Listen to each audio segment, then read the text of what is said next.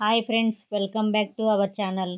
Friends, నాది ఒక చిన్న రిక్వెస్ట్ ఏంటంటే ఛానల్ని సబ్స్క్రైబ్ చేసిన వాళ్ళు వీడియోని పూర్తిగా చూడటం లేదు. దయచేసి పూర్తిగా వీడియోని చూడండి, లైక్ చేయండి. ఇంకా కొత్తగా నా ఛానల్ చూస్తున్న వాళ్ళు వీడియోని పూర్తిగా చూసి లైక్ చేసి సబ్స్క్రైబ్ చేయండి ఫ్రెండ్స్. ఎందుకంటే ఇలాంటి యానిమేషన్ స్టోరీ చేయడానికి నాకు కొంచెం సపోర్ట్ ఇచ్చినట్లు అవుతుంది ఫ్రెండ్స్. ఇక మనం స్టోరీలోకి వెళ్దామా. అనగనగా ఒక గ్రామం. దాని పేరు ధర్మాపురం.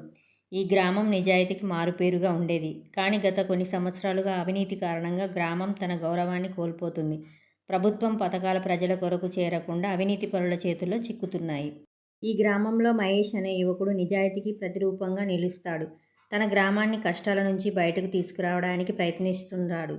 గ్రామంలో మంచినీటి కొరత తీవ్రంగా ఉండడంతో ప్రభుత్వం ఈ సమస్య పరిష్కరించడానికి నీటి ప్లాంట్ నిర్మాణం కోసం పెద్ద మొత్తంలో నిధులు కేటాయించింది.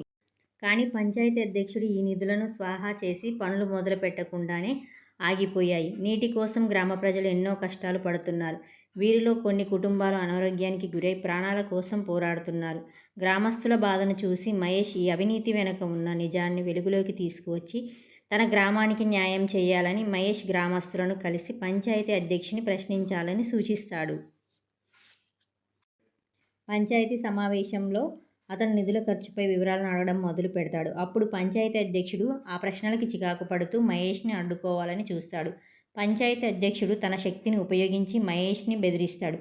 ఇవన్నీ నీకు సాధ్యం కాదు, ఇది నా పని అని బెదిరించిన మహేష్ వెనకడుగు వేయడు. అతని ధైర్యం చూసి గ్రామస్తులందరూ అతనికి మద్దతు ఇస్తారు. మహేష్ ప్రభుత్వ అధికారులను కలిసి వివరాలు చెప్తాడు.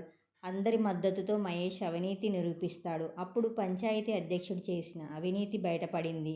అతని మీద చట్టపరమైన చర్యలు తీసుకోవడమే కాకుండా ప్రభుత్వం వెంటనే నీటి ప్లాంట్ పనులను పూర్తి చేస్తుంది.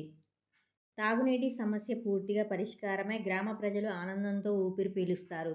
మహేష్ను గొప్ప యువకుడిగా ప్రశంసిస్తారు. మహేష్ గ్రామస్తుల ముందుకు వచ్చి ఒక చివరి మాట చెప్తాడు. అవినీతి ముందు నిజాయితీ తరచూ ఓడిపోయేలా అనిపిస్తుంది, కానీ నిజాయితీకి ధైర్యం ఉంది. అందుకే నిజాయితీ ఎప్పుడు చివరికి గెలుస్తుంది. కాబట్టి మీ హక్కుల కోసం పోరాడండి, అన్యాయాన్ని ఎదిరించండి అని సందేశం ఇస్తాడు. Friends, thank you for watching. Please share and subscribe to our channel.